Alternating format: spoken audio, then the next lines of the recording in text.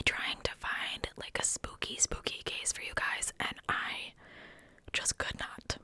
Everyone that I found was something that had been covered and covered and covered, and while I know you guys say you don't mind, I don't like to listen to the same cases, even if it's in a different voice, when I already basically have it memorized. So hopefully you haven't heard this one 1,000 times and you enjoy it. I will have some extra content for you this week as well, and that is just kind of a thank you from you to me, because I really feel bad about how Spooktober went this month. It just did not go like I wanted. But anyway, this is the case of Aimee McCann. We're gonna go all the way back to 2008. It was just barely 6 a.m. and still dark outside on Halloween morning in 2008 when Dan McCann knocked on his daughter Annie, who was 16 at the time, on her bedroom door to say goodbye before he left for work. He could see her shape under the covers, but she didn't respond. But Dan remembers this as the last time he ever saw his daughter. Annie was a high school junior and a passionate, talented artist. Her work decorates the family's home in Alexandria, Virginia. She loved to draw, and her passion was capturing her cherished dog, who was named Breezy Max. Annie was a good student. She played basketball, and she made her mother, Mary Jane, laugh. She was funny and quirky and witty, Mary Jane McCann said.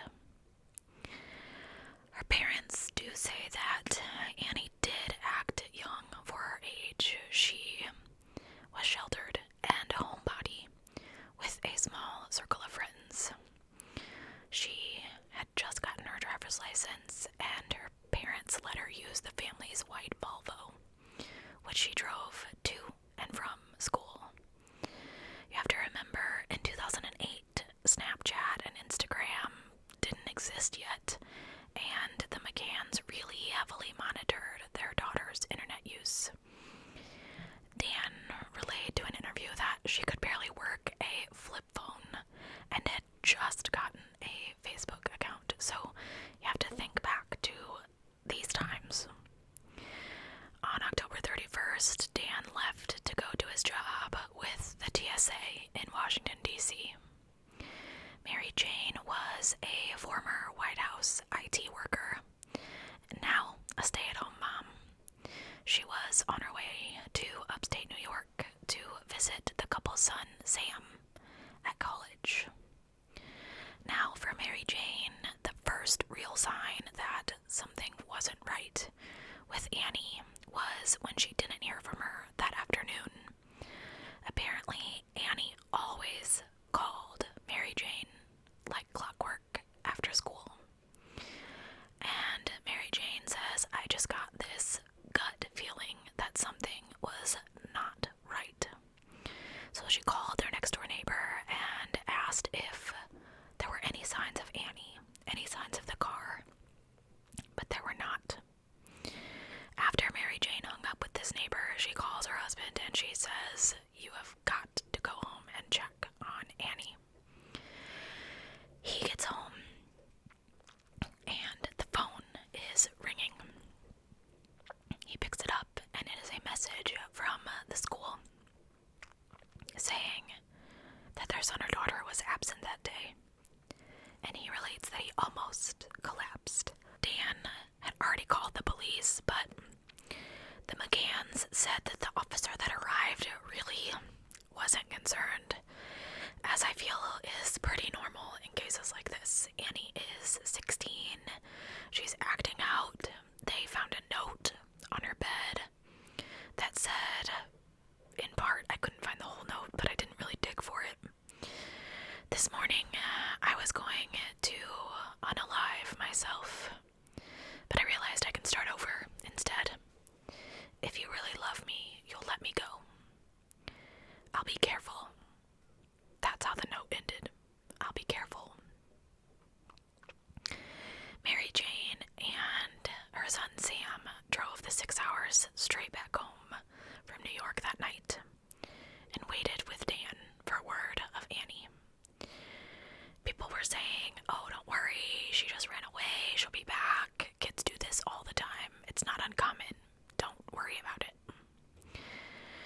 But then, on November 2nd, not even 48 hours later, Homicide Detective Sergeant Sean Jones with the Baltimore, Maryland Police Department responds to a call at the Perkins Homes Housing Project, about 50 miles away from the McCann's home in Virginia.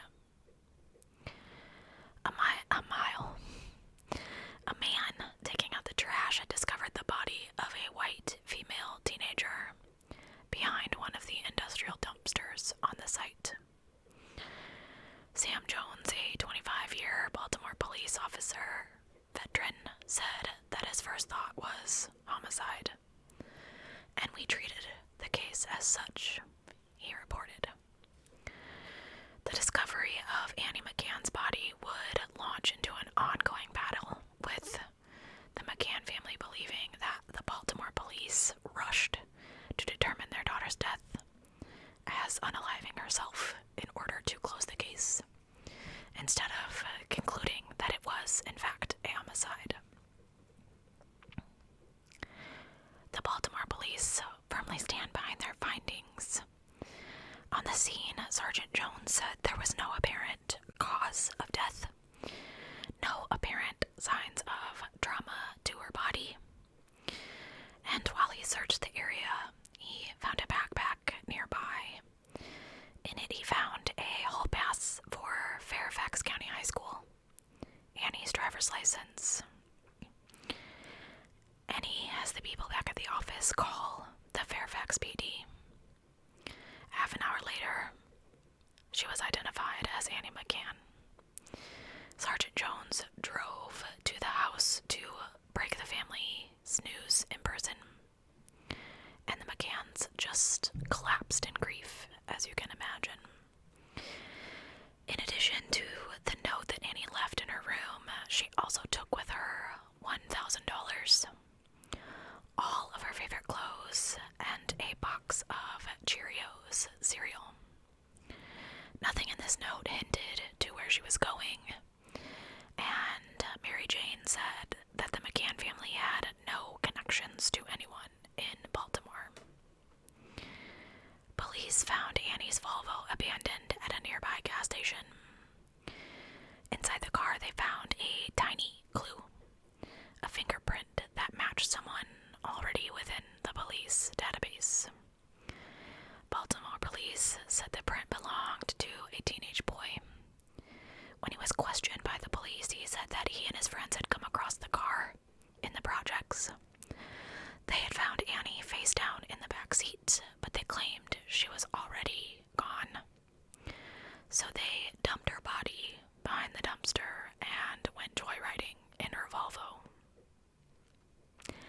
One of the boys allegedly involved was named Darnell Kinlaw, and you'll want to remember his name because we will talk about him more in a little bit, so stick a little pin in that.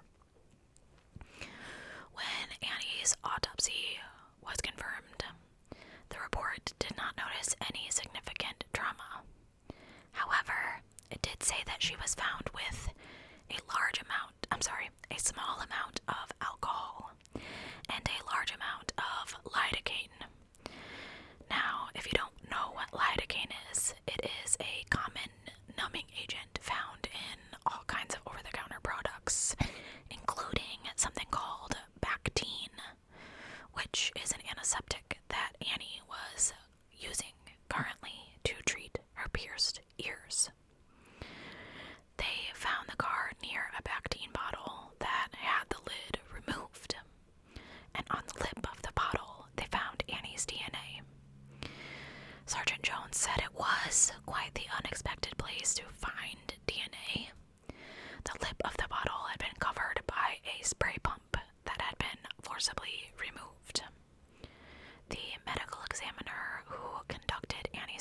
autopsy determined that her cause of death was lidocaine poisoning, but the manner of death, as far as how it had gotten into her system, was undetermined. But this is how the police determined that that she had unalived herself. Sergeant Jones said, "I don't have any other evidence to point me in any other directions." But the McCanns refused to believe that their daughter had taken her own life. They questioned that if Annie had wanted to do this to herself, why had she gone all the way to Baltimore? Why didn't the police find her fingerprints? Only her DNA was on the Bactine bottle. Why not her fingerprints? You'd think her fingerprints would be on there for sure, yeah? 1 week after their daughter's body had been found, the McCanns brought her home and buried her in the Alexandria cemetery. In a curious and cruel blunder, the Baltimore Medical Examiner's Office failed to restore Annie's heart and brain to her body after autopsy, and they started to wonder if the medical examiner could lose her organs. Was there something else that was botched? Diane Downey, who spent 25 years preparing bodies for burial at the Alexandria Funeral Home, where the McCanns brought Annie, said she was unnerved after receiving Annie's body. There was absolutely no way that this was a suicide with all the trauma to her body. Downey said that she and the McCanns had both noticed a goose egg-like bruise on Annie's forehead.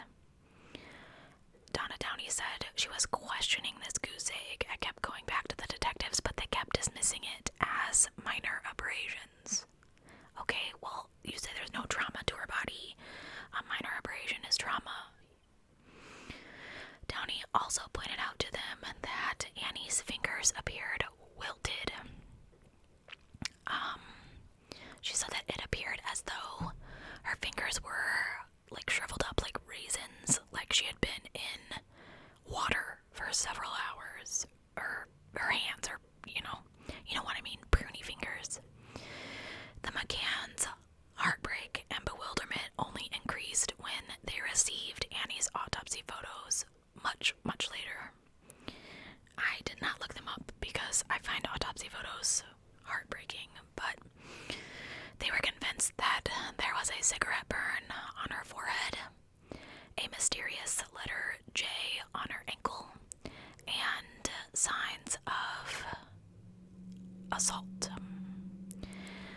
Mary McCann said she was horrified and she thought, "Oh my God, my daughter was tortured."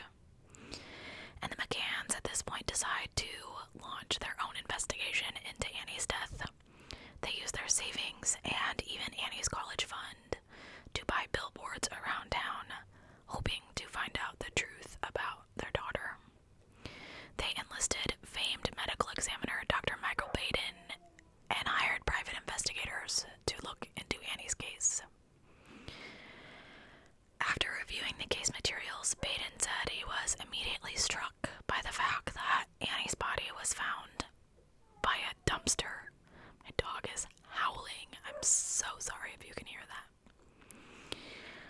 He said people don't normally unalive themselves by overdose next to a dumpster. And in his 50 years of investigations, he's never heard of anyone unaliving themselves by drinking Bactine.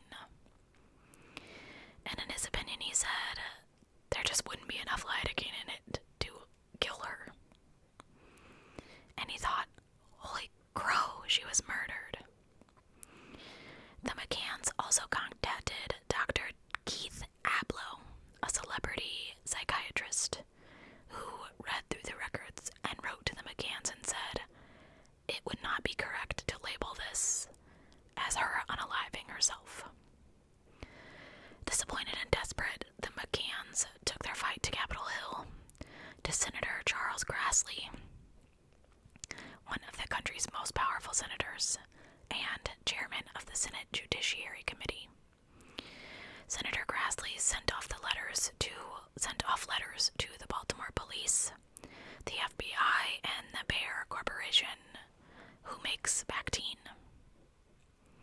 In their responses, the police and the FBI stood by their investigations and their conclusion that Annie most likely died from self-ingestion of Bactine. I cannot speak tonight.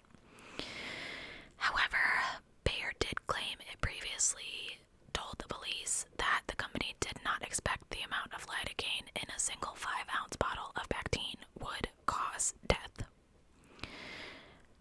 3 months after Annie's death, Jim Candace, a private investigator hired by the McCanns, had been poking around. He was showing Annie's photo to people on the streets of Baltimore, and he found a clerk and a waitress at a pastry shop in Baltimore's Little Italy neighborhood who said that they recognized her. The waitress said that she remembered Annie eating cannoli and drinking cappuccino with extra whipped cream, and that she had not been sitting there alone. She was with another girl, and this waitress gave a very good description, and a former police sketch artist, was hired by the McCanns. He drew a picture of this other girl based on the waitress's description. The girl in the drawing had dark hair, was older than Annie, in late teens or early 20s, and looked kind of disheveled.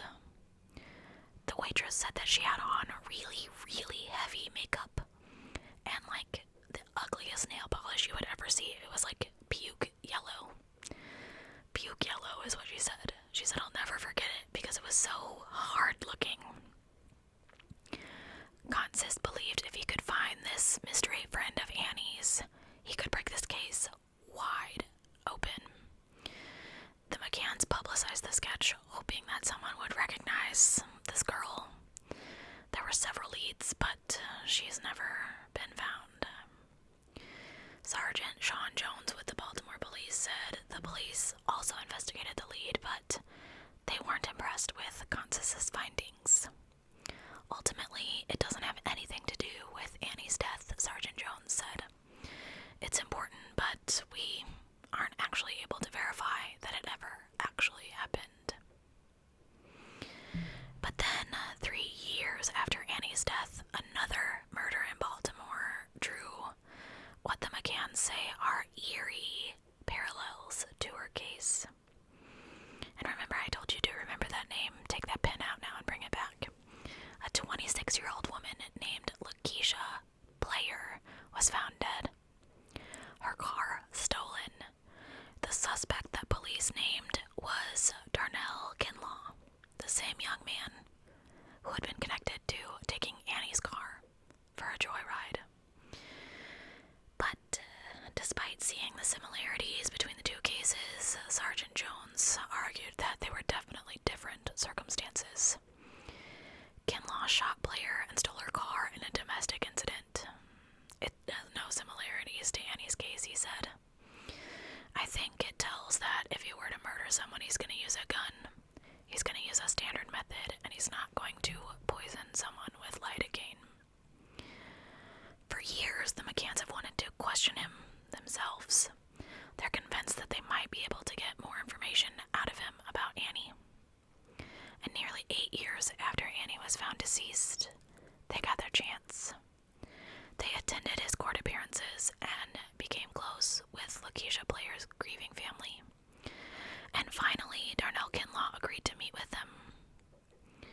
They drove from Alexandria to North Branch Correctional Institution, a maximum security prison in Cumberland, Maryland, where Kinlaw is serving 30 years for murdering Lakeisha Player. We don't believe he murdered Annie, Dan said. We want to know the circumstances under which he found her car, found her. Had he seen her before? Had he seen her with anyone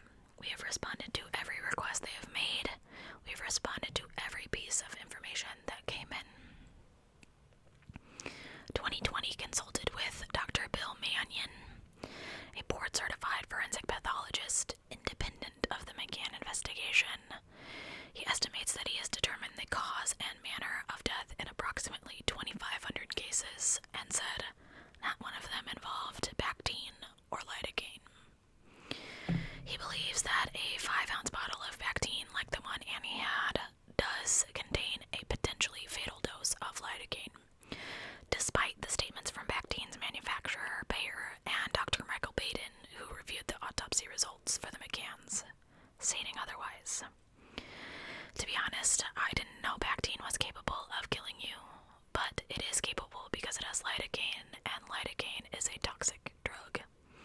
There is enough in a bottle of Bactine to kill someone. Even in half a bottle, there are roughly 2 grams, and that would be enough to cause death. Even so, when he examined Annie's autopsy, he pointed out certain things. Like the McCanns, he believes a second large bruise on the side of her head is significant. In Annie's case, the most significant injury was this large bruise. Indicates the person was either punched or had some type of object hit against their head, or perhaps fell and struck their head. He said it is possible, judging from her autopsy, that Annie could have been assaulted, or someone had put Bactine into her alcohol. Here she is 2 days out. She's lost all of her money, and she's going to have to go back home, he said. Both Mannion and Baden raised another possible scenario. Maybe Annie was suffocated. You don't see much trauma to the face itself, particularly if the person is under the influence of alcohol or drugs and already unconscious, Mannion said. He also agreed with the Alexandria funeral director, Diane Downey, I think I called her Donna earlier, about her wrinkled fingers that could be a clue. He said, normally, the only time we see this is in a drowning, where the person has been submerged in water for some time. He said, so I can pose a scenario where she was drowned face down in a bathtub and has a bump on her forehead from being forced down. But Baden, on the other hand, dismissed that idea, saying he didn't believe that after looking at the autopsy photos, her fingers were wrinkled as though she'd been submerged in water. He also doesn't believe he saw any evidence to support that she was assaulted. He also doesn't believe the mark on her forehead is a cigarette burn. Like, what do you believe, dude? Anyway, as for the mysterious J on her ankle, he believes that that was just an accidental pattern from her blood settling, like lividity. Mannion disagreed and said that this J looked very distinct. He says, it looks to me like it was placed there. This raises real questions as to why was this young girl branded? So then that takes away more from suicide and leads us toward homicide.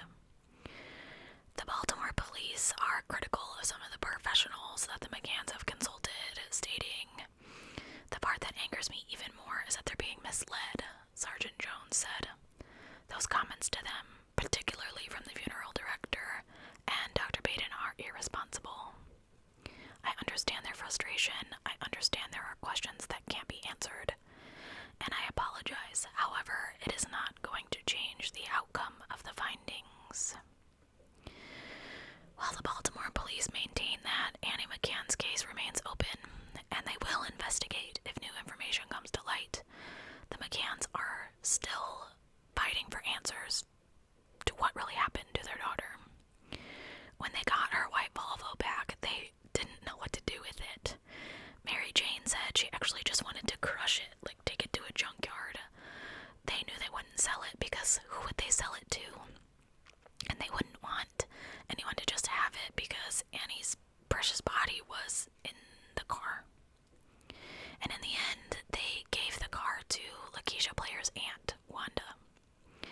To the McCanns, their daughter's death remains a mystery, and it is one that they know might never be solved. But after butting heads with the authorities all these years, they say it might be enough if her death is reclassified as an unsolved homicide.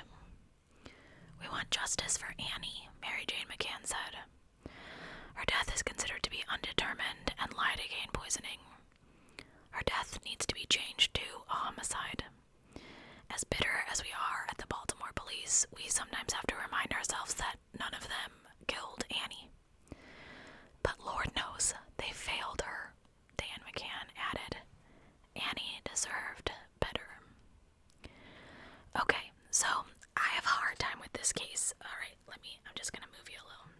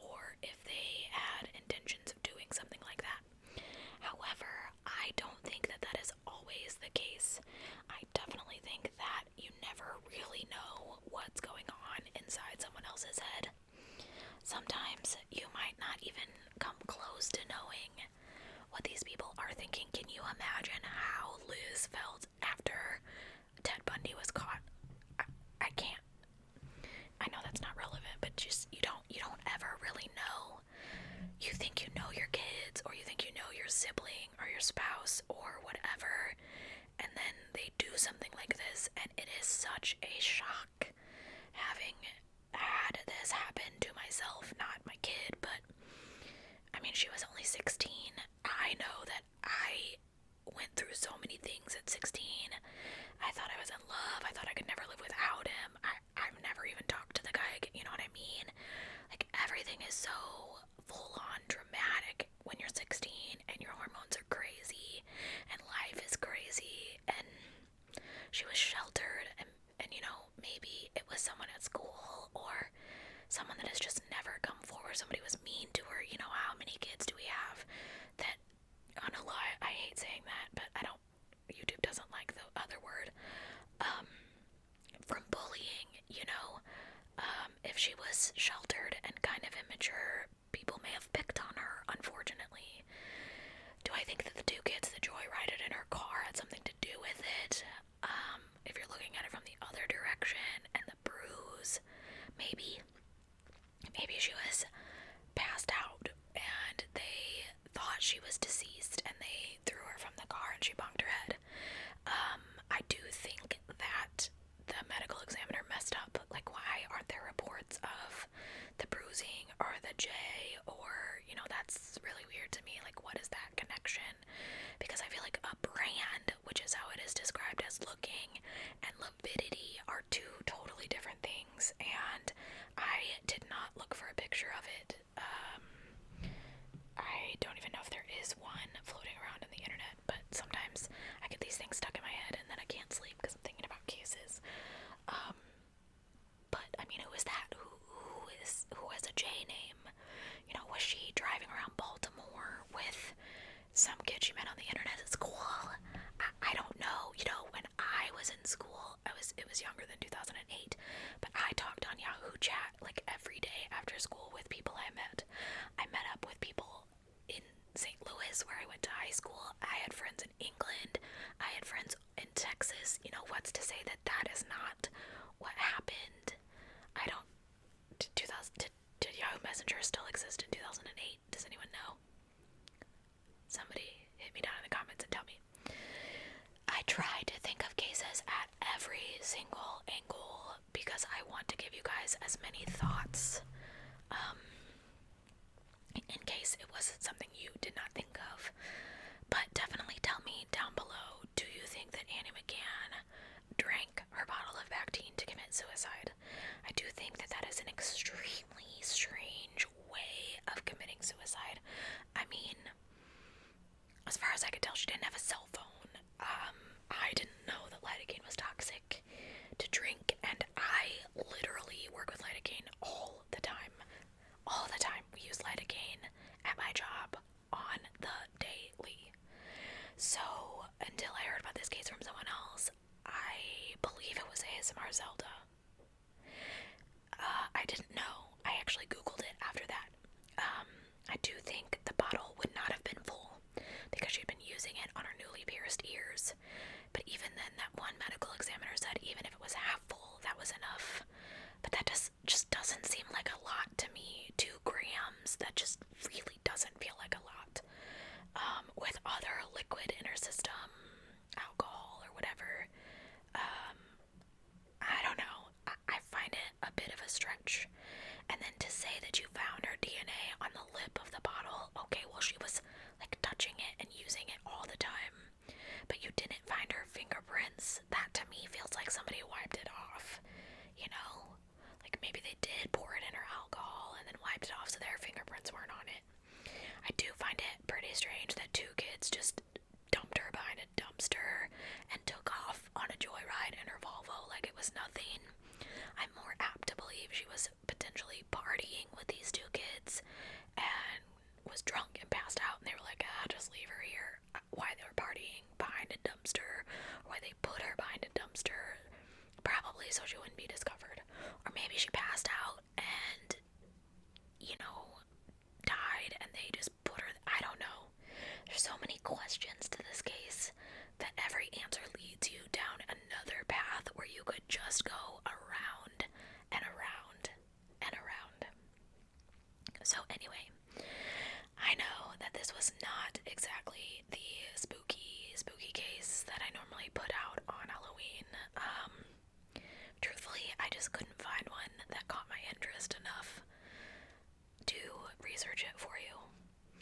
is raining here. It is freezing. We're actually having a record low in Illinois right now. It is going to be 46 degrees on Halloween with a low of 20. And I am so sad for the little trick-or-treaters that are going to potentially be out. Thank you guys so much for watching this video. If you enjoyed it, please leave a comment down below and leave a like so maybe other people can join our little warehouse. I will see you guys next week with another true crime video, and on Thursday on Patreon with another true crime video. Thanks again, guys. I appreciate each and every one of you for watching, and I will see you